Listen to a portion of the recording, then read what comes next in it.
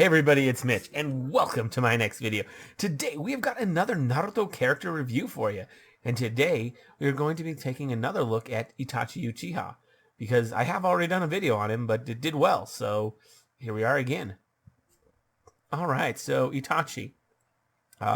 There are going to be some spoilers for this, for fairly late into the show, so make sure you watch a good ways into Naruto Shippuden to make sure that you're not going to get spoiled by this. That said, let's get started. Alright, so Itachi Uchiha.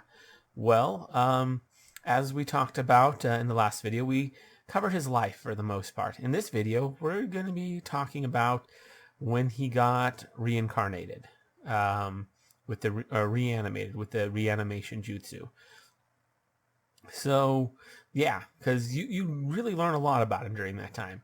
So first off, he starts off with Nagato, and they are kind of going off on their own, just kind of making their way along. Eventually, they run into Naruto and Killer Bee. At which point they have a little bit of a talk before Kabuto forces them to start fighting, because that's just how the reanimation jutsu works. The fight's going decently, these guys don't want to be fighting Naruto, of course, so they're, telling Naruto behind you and stuff like that to like let him know, which you normally wouldn't do in a fight, but they don't want to fight, they're being forced to, so they are. Anyways, Naruto and Bee are doing an okay job keeping up, although these guys are just getting warmed up. Itachi goes to use some of his Mangekyo Sharingan powers, which are the nasty stuff.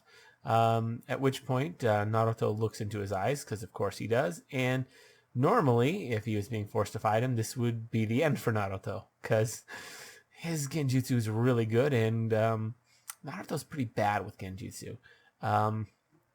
He has some skill at overcoming it, but there's no way he'd have any chance against freaking Itachi's. His Tsukiyomi is way too powerful for Naruto to figure out how to get out of. But anyways, that doesn't happen because something Itachi had set up back when he was still alive. Shortly before he died, he ran into Naruto, and he had a talk with him, and during that time he had forced a crow into Naruto. And now when Naruto looked into his eyes, that crow came out of Naruto while he's trying to fight, and the crow looked into Itachi's eyes and hit him with a jutsu, because this crow was embedded with the Eye of Susui Uchiha. I don't know why I can't say that for some reason. For me to make, I guess. I can say it in my head. Anyways, so yeah, that jutsu ended up causing Itachi to be hit with a very, very powerful genjutsu, forcing him to protect the leaf. Which is something he had set up himself.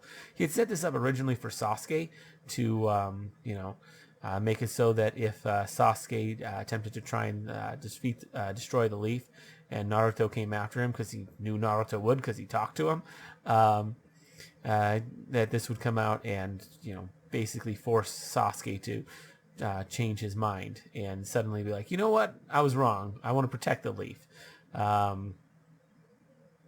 But that ended up not happening.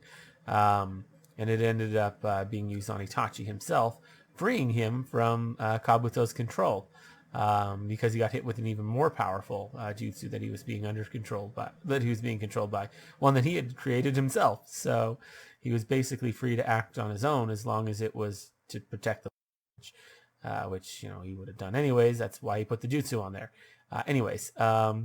That's why I put that as a command. So yeah. At which point Itachi switches sides and starts fighting against Nagato. Then Nagato starts getting serious, like really, really serious, and he actually takes Naruto and captures him. Like, Naruto's got his soul being sucked out of him. Naruto's trying to stop it, but he can't because he's just absorbing the ninjutsu. B comes in to try and attack with his swords and ends up getting captured. by like puppet hands. Maybe he could have broken out using tailed beast form, but it was looking pretty bad for them. Like Naruto looked like he was about ready to like eat it when Itachi came in and saved him.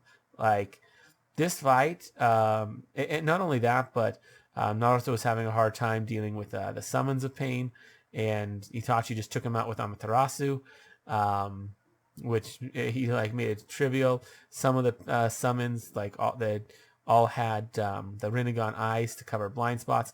Itachi managed to take out from inside the blind spots because like he's just that good with his shuriken technique that he was able to blind from just weird angles because that's just how good he is. Yeah. Itachi just was really proved himself to be crazy, crazy capable. Like Naruto and B are no joke. Like Naruto had the power of the Nine Tails under his control at that point. Well, mostly. B had him and the Eight Tails were like best friends, and they were working together. Plus, B's got his eight sword style, and Naruto's got Sage mode. Like these guys, like are no joke. They're some of the more powerful shinobi out there at this point, and Itachi is just showing them up, and he's not acting like he is either. They get pulled into the universal pull. Naruto's just losing. He's like, we're done. This is over. And Itachi's like, stay calm. I have a plan. Like, here's what we do. We just need to fire some big attacks at it. It's like, I can't aim with that. It's like, you don't need to. The gravity will suck it in. Trust me, it'll hit. And so they do, and it just works. And yeah, so Itachi was able to like even under stress, like stay cool, stay calm, stay collected, and come up with a plan. Like it really shows just how confident this guy is, just how good he is as a ninja. And you see that throughout this. Like he's really the one leading the show, and Naruto and B are really just backup. If they had to fight him, like it would have been over, but they didn't. Anyway, because Itachi's crazy. Anyways, they eventually beat him, and Itachi's like so humble and chill about it. Like he's not bragging, he's not acting like he's the best, even though he kind of is. And like Naruto's like, don't worry, I got this. You can go. You can just relax. And he's like, and Itachi's like, no, Naruto. You need to stop with that attitude of I got everything. Allow your comrades to help you. Do what you can do and put some of it on other people. You don't have to do everything by yourself. If you do that, you're going to become arrogant. Like he really just like read Naruto the act. And yeah, and it just showed just like how wise Itachi had really become. Like, yeah, it was really quite something to see. Yeah. So eventually Itachi does go after Kabuto and leaves Naruto to handle the rest. Excuse me. Anyways, then you see him heading after Kabuto, and shortly before meeting up with Kabuto, he runs into Sasuke, who starts following him. He tries to give Sasuke the slip, but Sasuke doesn't. He's not having that, so he keeps following. He makes his way to Kabuto. They have a little bit of a confrontation. Kabuto tries to pin them against each other, but Sasuke's not buying that. He's with his brother, despite the fact that him and Kabuto both served together under Orochimaru for like 3 years. They were they were sibling students for a while, like, but Sasuke didn't care. So Kabuto, he had this whole reanimation jutsu going with all these reanimated ninja, including Madara Uchiha, and this just wasn't working well for him. Like, yeah, Itachi knew he had to stop the jutsu because he knew how powerful Madara was, and he knew that this was their only hope, was to force the jutsu to end. And just killing Kabuto wouldn't work, so they had to force him to undo the jutsu. And really, only Itachi could do this. And he had a plan. So he worked together with Sasuke for a bit, with Sasuke acting as backup and Itachi kind of being the main drive of everything. and he ended up hitting Kabuto with his Izunami, forcing him to into a loop, which after after which he explained to Sasuke how it works, and Sasuke was like, "Why did you use this on him?" Because there's an escape loop in it.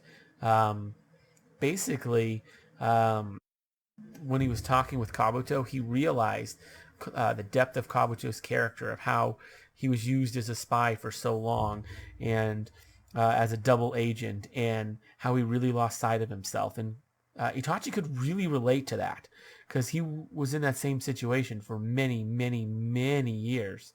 Um, so he decided to, end up sparing.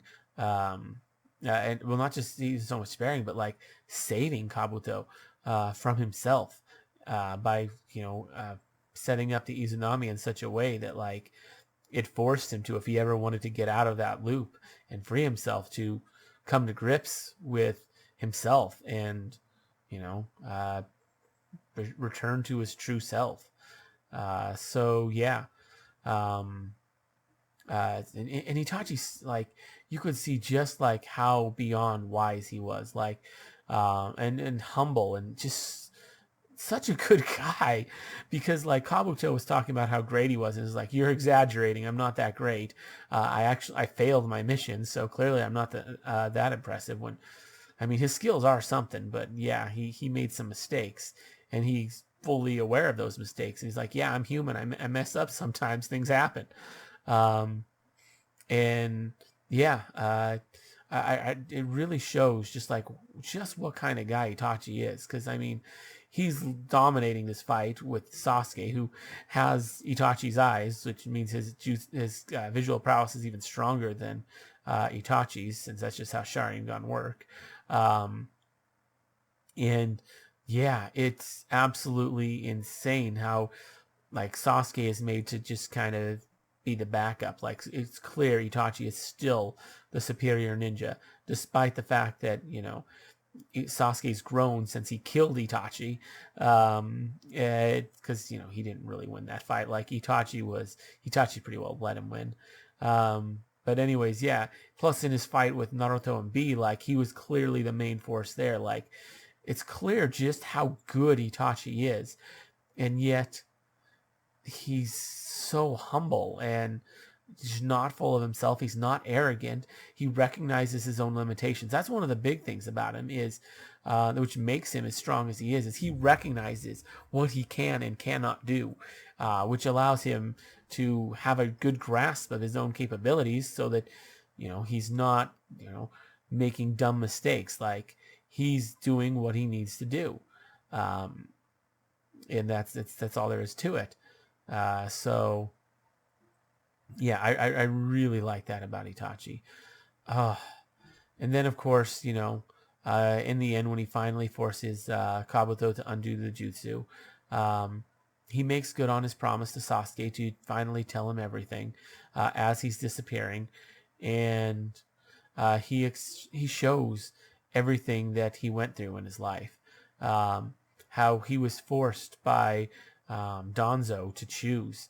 Um, uh, basically, he's forced to choose between, siding with his clan and having a big war that would cause who knows what to happen, but a lot of death and destruction, um, or to just murder his own clan in order to save his brother, and to ostracize himself in the process and make himself out to be like one of the worst bad guys out there, when in all reality he's a really good guy, and just make everyone not know that, and have to make sure no one knows how good a guy he is, and just sort of live in secret, and just take that on like voluntarily.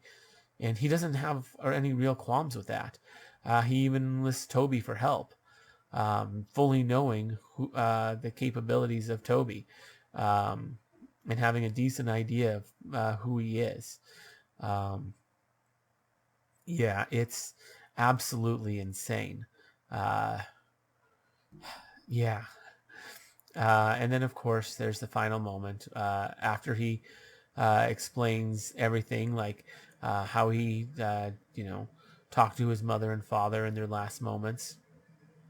Uh, you know, how his father said that they disagreed, but how they just allowed Itachi to just kill them. Um, and of course, the father's last words of taking care of Sasuke. Um, yeah, and then of course, um, Sasuke had been chasing after Itachi forever, and Itachi always kept his distance because he didn't want him to get caught up in his business, because it was dark business, and he wanted to take it all on for himself. He didn't want others to have to feel the pain that he was going through. Very much the opposite of pain. Like, pain felt pain, so he wanted to share it with everybody, and he wanted everyone to know how he felt. Itachi was very much the opposite. Itachi was one who didn't have to take on pain, but he could see that there was pain in the world, and he decided to take it on for himself so that others didn't have to, and to keep people at an arm's length, despite everything, in order to keep them safe from the pain that he felt, which was a mistake on his part. He even admitted that if he had just told Sasuke the truth from the beginning, that, maybe things would have been different. Maybe Sasuke could have helped convince everyone to not attack the Leaf, that, hey, this is dumb, let's all be friends. I don't know, Sasuke was young and innocent back then. It wasn't until after the clan that was destroyed that he really started to turn into that like dark emo personality we all know of his. Um, like, before his clan got wiped out, he was, kind of a nice guy, just sort of an innocent kid. Um, and then, he'd been chasing after Itachi for years and years. And finally, after Sasuke had killed Itachi like came to him, and he still just poked him on the forehead, and just gave him that he did. But this time, he actually like embraced him in a hug and like put their foreheads together. Like, it's a sign of like equals, and a sign of respect and love and everything. And he said his final words to Sasuke of, "I will love you always." Sorry, I'm getting choked up. It's a really touching moment, and I literally just watched this a few hours ago. So, but yeah, like, that was just touching, and that's the last you see of Itachi. Um, yeah. So that's really all I have to say about that. Let me know what you guys think in the comments below. If you enjoyed the video, consider giving it a like. Maybe subscribe to the channel for more videos. I do a number of these Naruto character reviews, but I mostly do Dungeons & Dragons 3.5 stuff. So if you enjoy 3.5, check that out. Ring that notification bell so you never miss out on a video. Anyways, as always, I'm Mitch. I'll be seeing you.